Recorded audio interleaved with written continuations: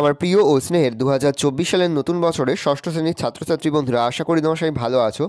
আজ আমরা যে বিষয়টি নিয়ে আলোচনা করব, ষষ্ঠ শ্রেণীর ফার্স্ট সামেটিভ অর্থাৎ প্রথম পর্যায়ক্রমিক মূল্যায়নের ইংলিশের সিলেবাস, প্রশ্নকাঠামো এবং নমুনা প্রশ্নপত্র নিয়ে। প্রথমে তোমরা সিলেবাসে দেখে নাও কী কী বিষয় তোমাদের ফার্স্ট সামেটিভ অর্থাৎ প্রথম পর্যায়ক্রমিক মূল্যায়নে থাকবে।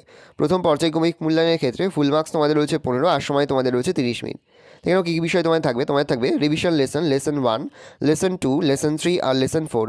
এই বিষয়গুলি তোমাদের থেকে কিন্তু প্রশ্ন করা হবে, অর্থাৎ লেসন 1 থেকে লেসন 4 পর্যন্ত তোমাদের কিন্তু ফার্স্ট সামেটিভে থাকবে।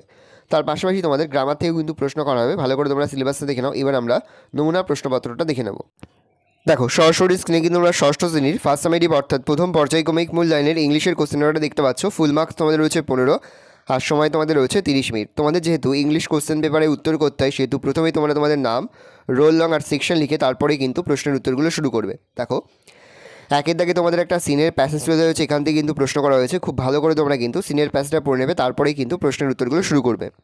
দেখো, একের এর দাগে রয়েছে টিক দ্য কারেক্ট অল্টারনেটিভ। প্রশ্নের মান রয়েছে 1 করে 1 × 5 = 5। এখানে মোট 5টি প্রশ্ন দেওয়া রয়েছে।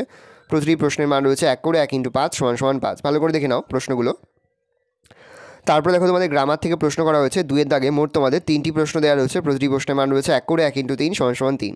দেখো, 3-এর দাগে তোমাদের রয়েছে ডু অ্যাজ ডাইরেক্টেড। এখানে মোট তোমাদের 2টি প্রশ্ন দেওয়া রয়েছে। প্রতিটি প্রশ্নের মান রয়েছে 1 করে 1 × 2 = 2। এখানে একটু প্রিন্টিং মিস্টেক আছে। প্রশ্নের মান রয়েছে 1 করে 1 × 2 = 2। তারপরে দেখো, তোমাদের 4-এর দাগে রয়েছে write 5 sentence on your hobby using the following hints. প্রশ্নের মান রয়েছে 5। ভালো করে দেখে নাও।